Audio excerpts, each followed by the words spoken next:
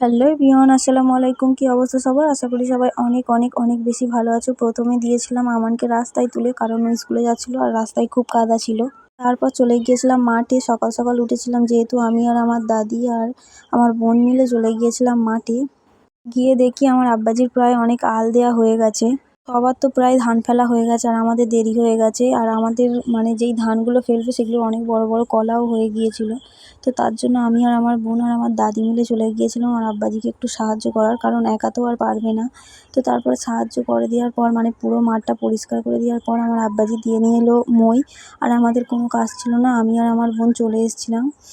আর আমাদের অবস্থা খুবই খারাপ ছিল, মানে পুরো কাদা মাখা হয়ে গিয়েছিল পুরো। তো দেখতেই পাচ্ছ আমার পায়ের অবস্থা আর মুখেরও অবস্থা, মানে কাদা ছিটকে ছিটকে পড়েছে। তো তারপরে চলে এসেছিলাম বাড়ি, আর আমার বোন আমার থেকে অনেকটা আগে চলে এসেছিলো। আর মাঠে গিয়ে দেখি চারপাশ পুরো পানিতে থই থই করছে, মানে এত পরিমাণ বৃষ্টি হয়েছে এই কয়েকদিন, তো তার জন্য পুরো চারিদিক মানে পানিতে ভরে গেছে।